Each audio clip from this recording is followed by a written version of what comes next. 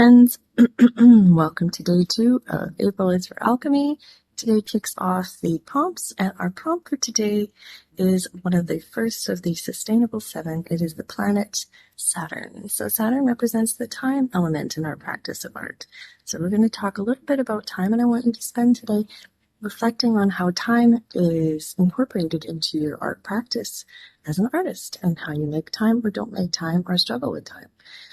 Either way, wherever you find yourself working with time, just know that it is a part of how your art is sustained, and that is something to remain mindful of as you work through your body of work.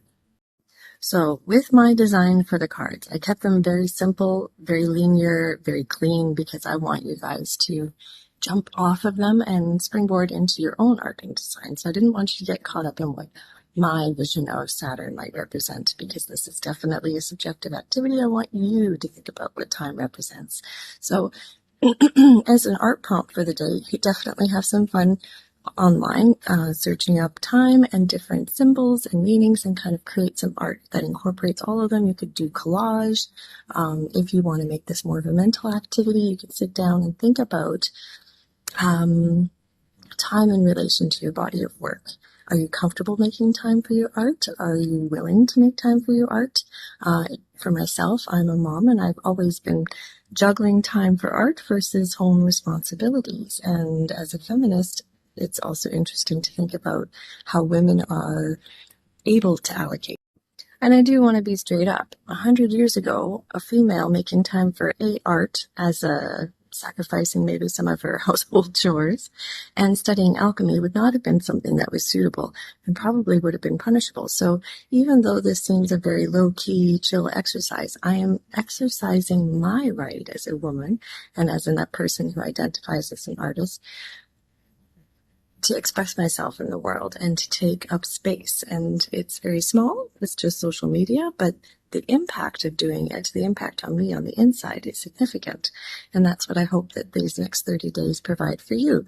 You may not understand all the terms. You may not be able to get in to the prompt on a daily basis. That's okay. Touching base when you can touch base is important. The Artist Oracle is a cyclical narrative. You can tune in wherever you are, whenever you are, and see where you can go from that point. It's not something that you always have to be on, and that's it. Just doing these prompts for 30 days is carving out time in your life. So, and I mean, I'm not going to have a pity party about the time I have or don't have.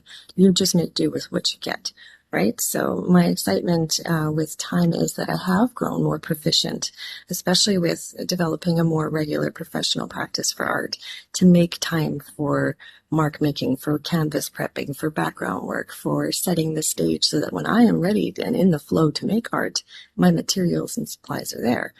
Materials and supplies do take us into tomorrow's prompt, which is represented by the planet Jupiter and represents resources. So this is another thing that is important for a sustainable practice. And the sustainable artist is access to resources. And as you know, on the world stage, that has become a hot topic these days, especially since COVID has changed drastically, and inflation, the access we have to things we took for granted to create art. And on a personal note, making time for videos takes time away from other things. So no, I don't. I dream, like Sally Owens of Practical Magic, of a studio and a place where I can go and make art with more thought and space to do it, like a real job. Do you know what I mean? Instead of cramming it into the nooks and crannies. But I think there's more to be said for the cramming in than there is for thinking of it as a so-called real job. I remember watching my grandfather work from home when I was young. He had his own electrical business. He was a consultant, and he worked in between, taking care of us, loving us, making time for us.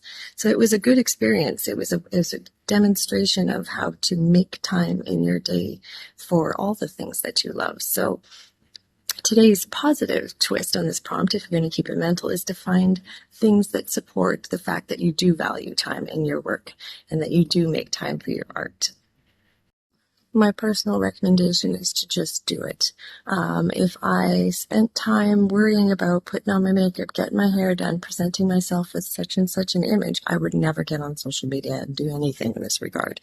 And as much as I love running the prompts and I love sharing them with you, ultimately, it impacts me the most. I love the idea of doing like a 30-day challenge and having like 10,000 followers and gaining all sorts of exposure, but would I be in the position and have a good grasp of my own idea of time and Sustainable 7 in order to support some kind of attention at that level? I don't think so.